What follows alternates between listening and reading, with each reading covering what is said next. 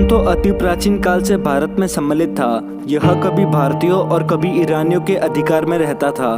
गांधार उस समय तक जाटों के अधिकार में रहा जब तक इस्लाम का आक्रमण भारत पर नहीं हुआ। उस आक्रमण के बाद जाटों ने भारत की ओर मुंह मोड़ दिया। चंद्रगुप्त मौर्य के समय सुभागसेन यहाँ का राजा था। मिस्टर कुर्क ने लिखा है कि कुछ जाटों ने हमें अपना आनागढ़ गजनी से बताया है। यह सही है कि यदुवंशी लोगों ने गजनी को आबाद किया था और फिर शालवान के समय वे भारत वापस लौट आए थे। इनमें से कुछ पौराणिक धर्म में दीक्षित होकर राजपूत हो गए। शेष ने भटनेर, बठिंडा और पंजाब में जाट राज्य स्थापित किए। अफगानिस्तान के पश्चिम में हिरात नदी है और वह प्रांत भी हिरात कहलाता है। उस प्रदेश में भी जाटों ने एक लंबे अरसे तक अपना प्रभुत्व कायम रखा था।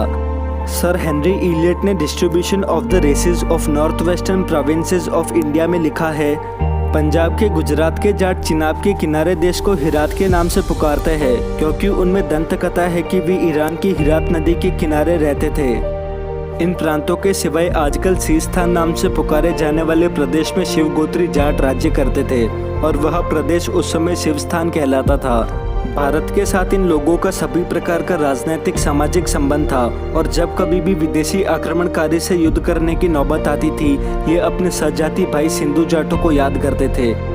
किस वंश ने कब तक और किस रूप में अफगानिस्तान में राज्य किया, इसके पूरे विवरण की हमें बहुत सी सामग्री प्राप्त होगी। अफगानों के संबंध में कर्नल कनिंघम ने सिख इतिहास में लिखा है, जाट लोग एक और राजपूतों के साथ और दूसरी और अफगानों के साथ मिल गए, किंतु यह छोटी छोटी जाट जाति की शाखा समुदाय पूर्व अंचल के राजपूत और पश्चिम अंचल के अफगान और बलूचों के नाम से अभिहित है।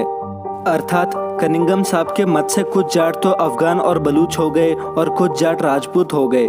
इससे भी जाटों के अफगानिस्तान में अस्तित्व होने का पूरा प्रमाण मिलता है और आरंभ में कोई जाति विदेशों में विजेता के रूप में ही प्रविष्ट होकर भूमि अधिकृत कर सकती थी। अफगानिस्तान में जाटों के पास जितना भी भूभाग था वह उपजाऊ और हरा भरा था। अगर आपको यह वीडियो अच्छी लगी तो वीडियो को शेयर करें और चैनल को सब्सक्राइब करें।